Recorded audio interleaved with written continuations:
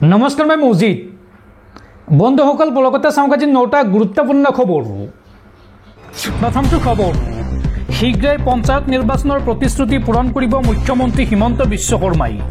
Ration কাৰ্ডৰ পৰা ৰন্ধন গেছৰ চিলিণ্ডাৰলৈকে কেইবাটাও বৃহৎ ঘোষণা মুখ্যমন্ত্ৰী হিমন্ত বিশ্ব শৰ্মাৰ। শীঘ্ৰেই পঞ্চায়ত নিৰ্বাচনৰ প্ৰতিশ্ৰুতি পূৰণ কৰিব মুখ্যমন্ত্ৰীয়ে। ৰেচন কাৰ্ডৰ পৰা ৰন্ধন গেছৰ চিলিণ্ডাৰলৈকে কেইবাটাও বৃহৎ ঘোষণা মুখ্যমন্ত্ৰীৰ।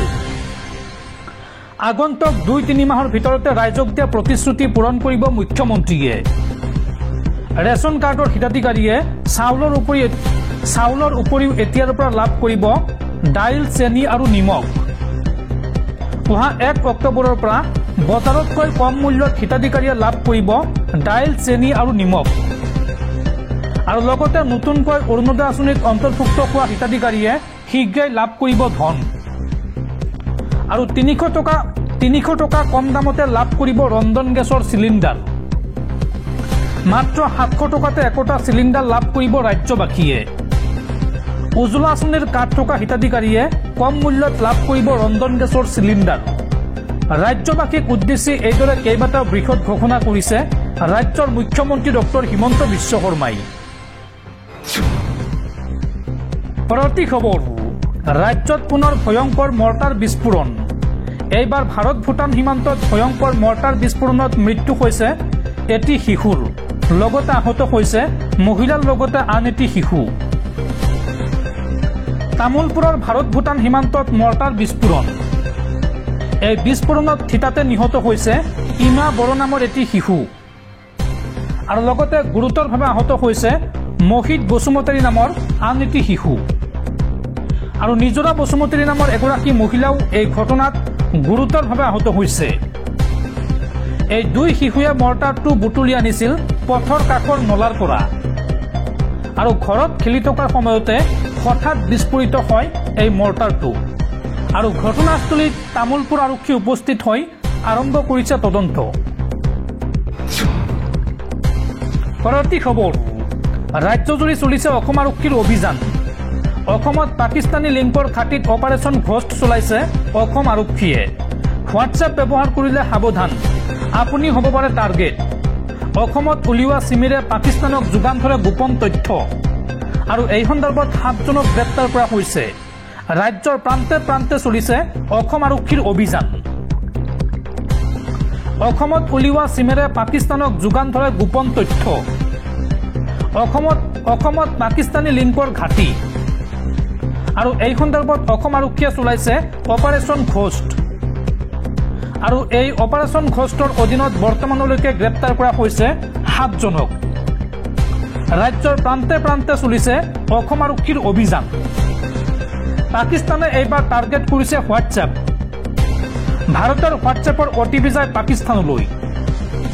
আৰু পাকিস্তানৰ চাইবাৰ অপৰাধীয়ে এইবাৰ কি কৰিছে চাওক।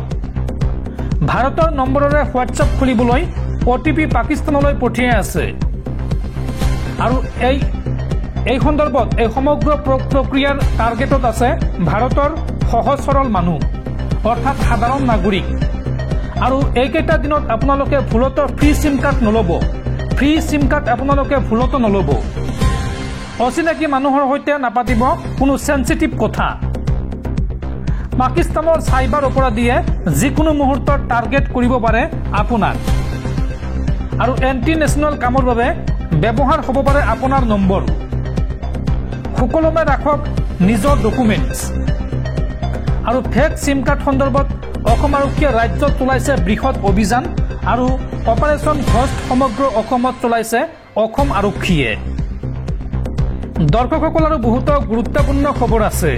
তাৰ আগতে আপোনাক জনাওঁ যে যদি আপুনি এতিয়ালৈকে এইটো ভিডিঅ'ত লাইক কৰা নাই তেন্তে এতিয়াই ভিডিঅ'টোত লাইক কৰি দিয়ক।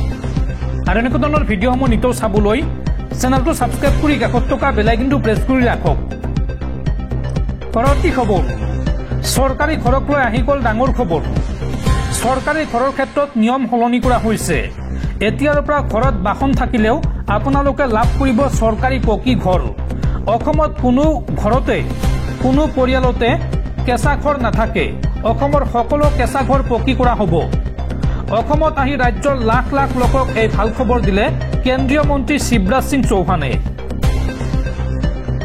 ঘৰত বাহন থাকিলেও আপোনালোকে লাভ কৰিব চৰকাৰী পকী ঘৰ আৰু প্ৰতি মাহে 15,000 টকা উপাৰ্জন কৰিলেও বঞ্চিত নহয় ঘৰ লাভৰ পৰা।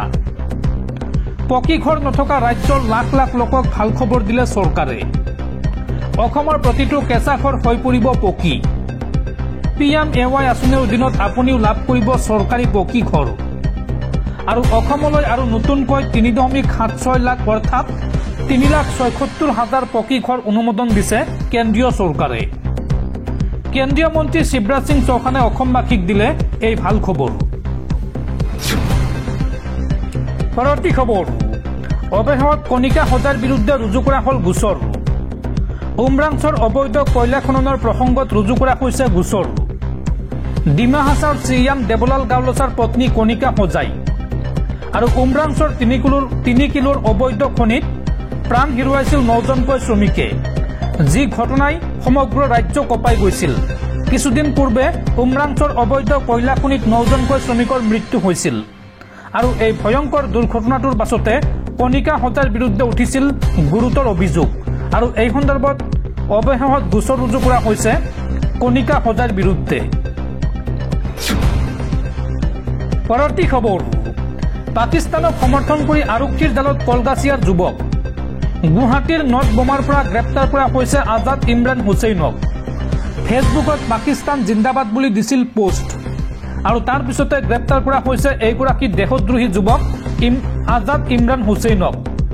ভাৰত পাকিস্তানৰ মাজত যুদ্ধৰ উত্তেজনাৰ মাজতে ৰাজ্যৰ ভিন্ন প্ৰান্তত ওলাইছে একাংশ দেশদ্ৰোহী, যিসকলক ইতিমধ্যে গ্ৰেপ্তাৰ কৰিছে আৰক্ষীয়ে আৰু এইবাৰ পুনৰবাৰ এইগৰাকী কলগাছিয়াৰ যুৱক আজাদ ইমৰান হুছেইনক গ্ৰেপ্তাৰ কৰিছে আৰক্ষীয়ে। পৰৱৰ্তী খবৰ, দিল্লীত দুভাগত বিভক্ত হ'ল আম আদমি পাৰ্টি।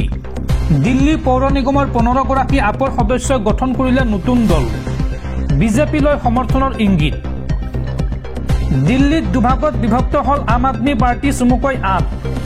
দিল্লীৰ আম আদমি পাৰ্টিৰ নেত্ৰী হিমানী জৈনে জনোৱা অনুসৰি তেওঁলোকৰ এটা বৃহৎ দলে আপৰ পৰা পদত্যাগ কৰিছে আৰু নতুন ৰাজনৈতিক দল গঠন কৰিছে। হিমানী জৈনে দাবী কৰা অনুসৰি তেওঁৰ সৈতে মুঠ 15গৰাকী কাউন্সিলৰে দলটোৰ পৰা পদত্যাগ কৰি এক নতুন ৰাজনৈতিক দলৰ জন্ম দিছে। এই নতুন ৰাজনৈতিক দলটোৰ নাম হৈছে ইন্দ্ৰপ্ৰস্থ বিকাশ পাৰ্টি। হিমানী জৈনে সংবাদ সংস্থা ANR আগত দাবী কৰিছে যে বৰ্তমান তেওঁলোকে 15গৰাকী কাউন্সিলৰে দল ত্যাগ কৰি নতুন দল গঠন কৰিছে যদিও আগন্তুক সময়ত আন কেইবাজনো কাউন্সিলৰে আম আদমি পাৰ্টি ত্যাগ কৰি এই দলত যোগদান কৰিব। দিল্লীৰ বিকাশ নগৰৰ পৌৰ নিগমৰ সদস্য অশোক পাণ্ডেই সংবাদ সংস্থা PTIক জনোৱা মতে তেওঁ আপৰ পৰা পদত্যাগ কৰিছে আৰু এই নতুন দলটোত যোগদান কৰিছে। তেওঁ কয় যে আমাৰ বাবে জাবৰ সংগ্ৰহৰ পৰা আৰম্ভ কৰি লাইট লগোৱালৈকে আৰু নলা নিৰ্মাণৰ পৰা নলা পৰিষ্কাৰ কৰালৈকে সকলোতে যাতে কাম কৰিব পাৰি তাৰ বাবে কোনো ব্যৱস্থা নাই। তেওঁ লগতে কয় যে আমি এই সন্দৰ্ভত বহুবাৰ আম আদমি পাৰ্টিৰ জ্যেষ্ঠ নেতালৈ চিঠি লিখিছোঁ, কিন্তু কোনো পুঁজি নাই, গতিকে আমি দল এৰিছোঁ। এতিয়া আৰু অধিক লোকে আমাৰ লগত যোগ দিব আৰু তাৰ পিছত প্ৰয়োজন হ'লে আমি একেলগে ৰাজ্যপালৰ ওচৰলৈ যাম। নতুন দল গঠন সন্দৰ্ভত তথ্য দি হিমানী জৈনে কয় যে যোৱা 1.5-2 বছৰত নিগমত যি কাম কৰিব লাগিছিল সেয়া সম্পূৰ্ণ হোৱা নাছিল। আমি ক্ষমতাত আছিলোঁ